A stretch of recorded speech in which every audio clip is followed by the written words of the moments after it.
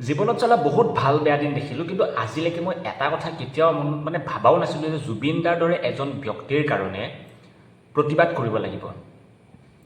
সঁচাকৈ শুনিছে, জুবিন দাৰ দৰে এজন ব্যক্তিৰ কাৰণে ন্যায় পাবলৈ আজি প্ৰতিবাদ কৰিবলগীয়া হৈছে আমাৰ জুবিন দাৰ জেদ আমাৰ জুবিন দাৰ অনুৰাগীসকলে আজি জুবিন দাৰ হৈ ন্যায় বিচাৰি প্ৰতিবাদ কৰিবলগীয়া হৈছে। আৰু কাৰ এগেইনষ্টত?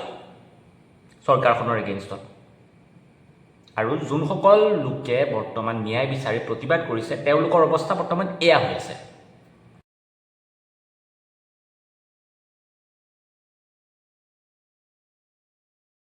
তো আজি আমাৰ গভৰ্ণমেণ্টখনে, চৰকাৰখনে বৰ্তমান যোনটো দোষী তেখেতক কাৰাগাৰত ভৰ্তি কৰাৰ পৰিৱৰ্তে, জেলত নিয়াৰ পৰিৱৰ্তে তেখেতক চিকিউৰিটি দি পিনে প্ৰটেকশ্যন দি আছে।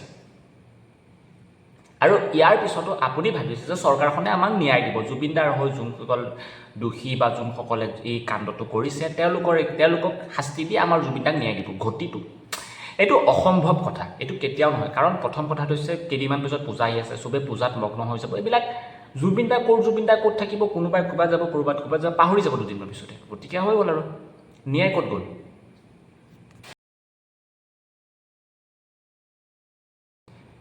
নাই এইখিনি একচুৱেলি AI জেনেৰেটেড ফটো। গতিকে এনেই ফেচবুকত কোনোবাই পাব্লিছ কৰি পিনে আমাৰ সৰ্বসন্মানীয় আমাৰ গুৰুদেৱজনক হিমন্ত বিশ্ব শৰ্মা ডাঙৰে একচুৱেলি বদনাম কৰিবৰ কাৰণে এই ফটো জেনেৰেট কৰিছে। গতিকে এইখিনি আপোনালোকে বিশ্বাস নকৰিব। গতিকে এটাই কথা কওঁ, জুবিন দাই ন্যায় পোৱাটো অসম্ভৱ।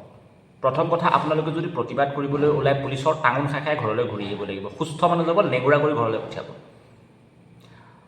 হয়তো আৰু যদিও বাই চান্স জুবিন দাই ন্যায় পায়, মিনিমামটো ধৰি লওক 10 বছৰটো লাগি যাব।